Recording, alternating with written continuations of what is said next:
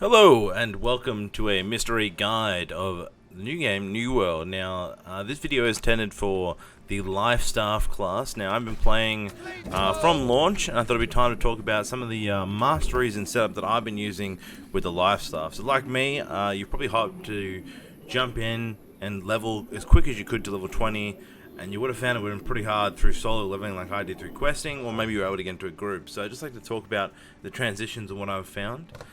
First up, this is my end game healing path. So I found when I hit the 50 plus mark, dungeons started to really hit and I really needed to heal. And I found most success with this build. Now, things I must have across all board was Absolved. Having my light attacks and heavy not consume mana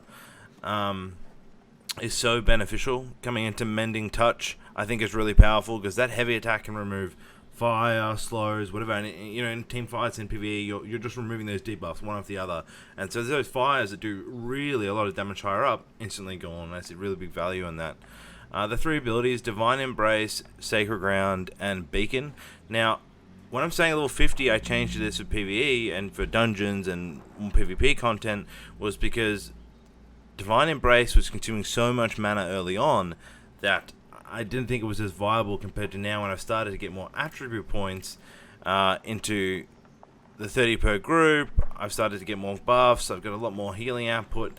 I hit the 120 market for my total mana cost, and I felt I could manage Divine Embrace. Otherwise, early on, I was just a dump of mana, and that was with Splash of Light, Light's Embraced. So I found that I was just burning through mana, and I couldn't go into Divine Embrace. But later on, I swapped into it. And these are the talents I now use where I find that you get the Divine Reduce the cost so good. Shared Struggle and Rebound. I mean, this is what really makes this Divine Embrace really strong. 20 mana. If you wait to under 50%, you're going to top off the person you're targeting 2 other players. And it's just a huge heal that you can clutch up. Sacred Ground, great. I mean, really, everyone says go that. You got Holy Ground, which is the stamina mana, good for your tanks. And of course, the increased healing. I then picked Desperate Speed because every 5 seconds at least I'm reducing cooldown. I think that was better than light attacks because I found the reason I've gone Mending Touch is the heavy attack, I'm removing a debuff. Plus, when I do 3 of them, I'm getting that 10%, so 30% bonus healing. So I really am not using light attacks, and that's why I didn't go Blissful Touch. And in Chance Justice, I mean, I'm running light armor. I've got dodge. If I get hit, I'm shit. So I really didn't see that the proc of this is really not worth it, and I picked up Sacred Protection, which increases the amount of incoming healing to all friendlies, and of course then into Divine Blessing, which then increases more healing when they're lower. Over on the Protector side, I went for Bend Light, so when I dodge, I'm at 20% plus, so I'm now at 20% plus heals. I'm at 50% when I get up my Intensify. I'm then landing into my Blessed, they're getting another 50% or 100% increased healing before our... And then when they're below, we get 30% more. So we're at 130% more healing coming out when they're at below 50%, and we just pump through. I then pick up Beacon. I think that's a really strong ability that heals in huge range, and it keeps that constant dot up. So that into Beacon with Infused Light, make it bigger and make it last longer. Now here on last 2 points, Protector's Touch. I found in like high dungeons, if I got hit by ability and I was doing the shit thing, having that instant 50% fortify would keep me alive. And through my economy of con, I could survive attacks if I've got hit, and it would help me also through leveling. And then Protector Strength, which then I get another 10% bonus because I'm constantly having Protector's Touch up. So that's what I kind of used for my late game dungeoning. While leveling, I removed Divine's Embrace and picked up Orb of Protection. These are both damaging abilities, so you don't really have much damage, and I would swap between my bows, my secondary, we'll talk about that later, but I found Orb Protection and Beacon were enough to buff me and buff others. So yeah, that's what I use for my PvE mostly in dungeons now, and I find it really effective. I'm comfortably healing dungeons and big raids. PvP, I like the Sacred Ground. Gives a bonus healing, but I feel like if players don't stand in it, you are not getting a benefit out of it, and it's very easy to push out of Sacred Ground, but in a sense of a war, you're going to be able to dump it, and like you're going to bound to hit somebody, right? But But in those 1v1 situations, those 5v5s, it's very hard to maintain sacred ground. And so I prefer going Orb of Protection and Beacon as my main, and then keeping Divine's Embrace for pocket healing instead of picking up Sacred. I found that you're still going to... I like having Beacon and Orb because you should be focusing a target in those little scraps, maybe in your 5v5. And they're going to give enough those when that orb hits, it spreads out the recovery and it spreads out the fortify and it buffs a huge amount of allies with Aegis. So you're able to hit a lot more people.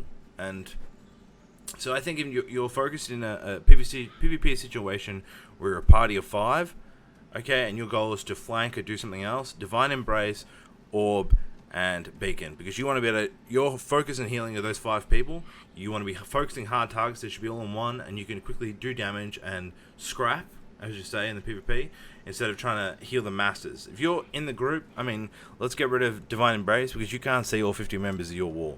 So let's pick up Sacred Ground, and then let's use that as a tool to just output a huge amount, right? If you're taking the point, your goal is to keep everybody up on that point. So that's where Sacred Ground, Beacon, and Orb of Protection come in, because you're just going to pump into that zone, that holding area, and you're just going to keep everybody alive with your Fortify. So I would modify those for my light stuff. But they're the 2 builds I'm currently working with, and I found great success. Like I said, the PvP, Orb, Light Armor with Beacon, and Divine, I barely get killed. Honest to God. Okay, like, people say, oh, what if you get stunned and shit? Well, if I let a melee get close to me and get stunned, I deserve to die, right? I have 2 rolls. They can't catch you with a roll. And you also have the roll cancel with weapon swap. So you don't even get that diminishing slow. It hasn't been patched out yet. So you can easily get speed, double, and run, okay? Now, secondaries, there are 2 that I've tried a bit, okay? But I've really found success with Bow and Gauntlet. Now, Gauntlet, I mean, this Entombed is so good for PvP, right? This is your oh fuck button. This is where, okay, I have double roll, but I'm getting caught. And what do I do? Or it's even a baiting tool. And you are 10 seconds invulnerable. So you could throw down your heal, boom, on top of you, you call on comms, peel me, and people come and they wipe out. Or sometimes I like to bait the player in.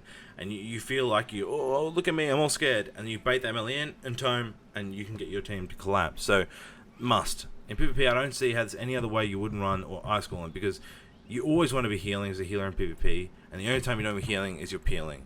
Like, I see people talk about the stun rate of Warhammer and stuff, but, like, that's so much time you're in melee. You do not want to be in melee while you're healing. You want to be far away, you want to be throwing damage and doing charge. Like, a standard lifestaff attack full charge hits for 1,200. Like, that's a decent amount of damage for a focus user. Like, there's no reason I don't think you should be swapping to...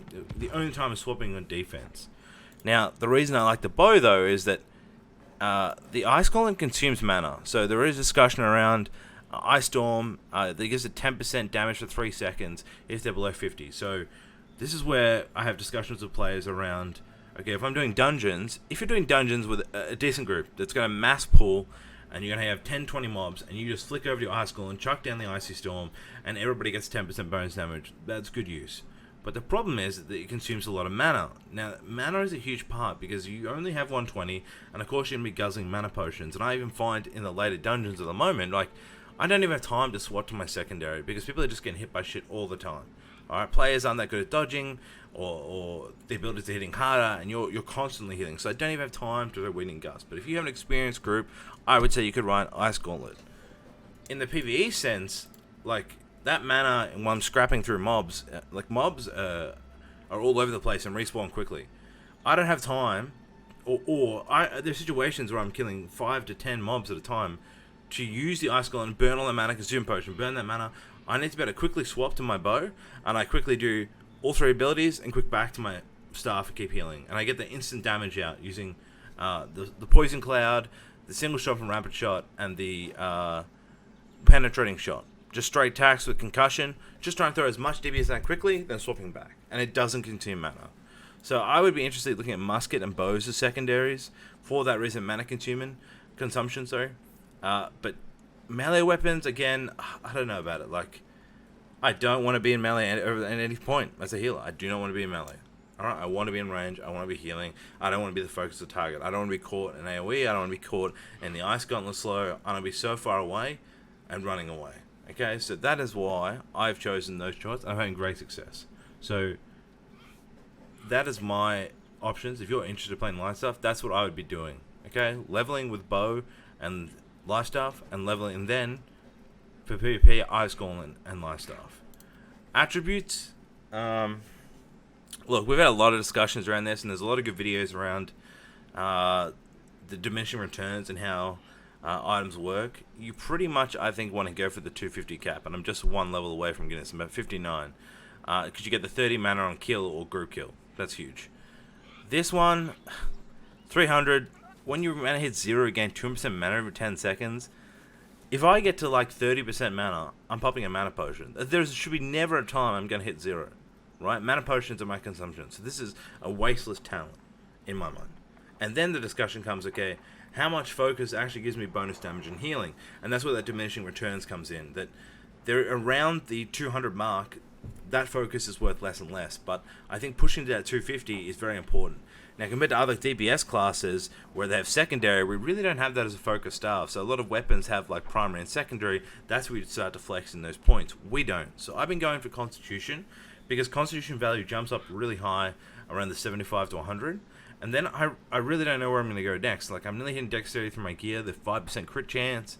I mean, we're not doing any melee attacks, and Intelligent 10% damage to light and heavy attacks. Maybe I'll go with Intelligence points, or keep going my con. But even this next con is increase max health by 10%. Like, that's not a big milestone, because 10% of light armor is really nothing. So at the moment, I'd say I'd hit my 250 mark. I'm going to hit my 100 con mark, and then if I can hit my intelligence or dexterity next, seeing how much attribute points I get at past 60 from my gear, we'll flex around with that. But there should be no reason you're aiming for the 250 mark and starting to build con. I think that's much it for my healing stuff. You can look at my gear. I prefer light armor. In my discussions around that, like I said, you don't want to be in melee. I find heavy really clunky. Like, yes, you can take a lot of damage from melee, but a lot of things in the game are skill shots. Like, a lot of the casters have skill shots. It's not auto target that you're going to get hit. There is a chance you can avoid an out skill, and if you can get that and still maintain that bonus damage and healing, you may as well. Now, there is controversy around that. Currently, that 20 bonus damage and healing doesn't affect light at the moment, and it's not patched properly, and because of that, more players are going medium. But I still think that dodge is way too valuable. In PvP sense and PvE sense, having that gate closer travel speed is so valuable that's what's keeping me there, not the 20 bonus. And when they fix that, I mean, that's going to bring everybody back there, right? Because we're getting 20% more bonus damage and healing. In regards to that too, in World PvP, if you drop down a Sacred Ground, somebody else drops down a Sacred Ground, whoever heals the most is going to have their Sacred Ground work, and it kind of cancels out, which kind of like stops the idea of that if you just kept stacking Sacred Ground, it'd be like infinite amount of healing. So in that case too, if you want to get high points and PvP a score, you want to be doing the most healing. So that light armor is going to hit that when they fix that damage buff. So I've been Mrreeeee, and hopefully that gave you good insight about how the life staff's currently being used and how I use it. And yeah, it gives you a good insight into what you could do. And of course, if you've got any ideas, discussions, your thoughts, please post in the video below. I've been Mrreeeee. Thank you.